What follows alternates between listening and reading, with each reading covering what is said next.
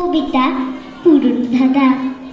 বলতে পারো বড় মানুষ মোটর কেন চড়বে, গরিব কেন সেই মোটরে তলায় চাপা পড়বে। বড় মানুষ ভোজের পাতে ফেলে লুচি মিষ্টি, গরিবরা পায় খোলাম কুচি, এ কি অনাথ সৃষ্টি। বলতে পারো ধনির বাড়ি তৈরি যারা করছে, কুড়ে ঘরেই তারা কেন মাছির মতো মরছে। ধনির মেয়ে দামি পুতুল হরেক রকম খেলনা, গরিব মেয়ে পায় না দৌড় সবার কাছে ফেলনা।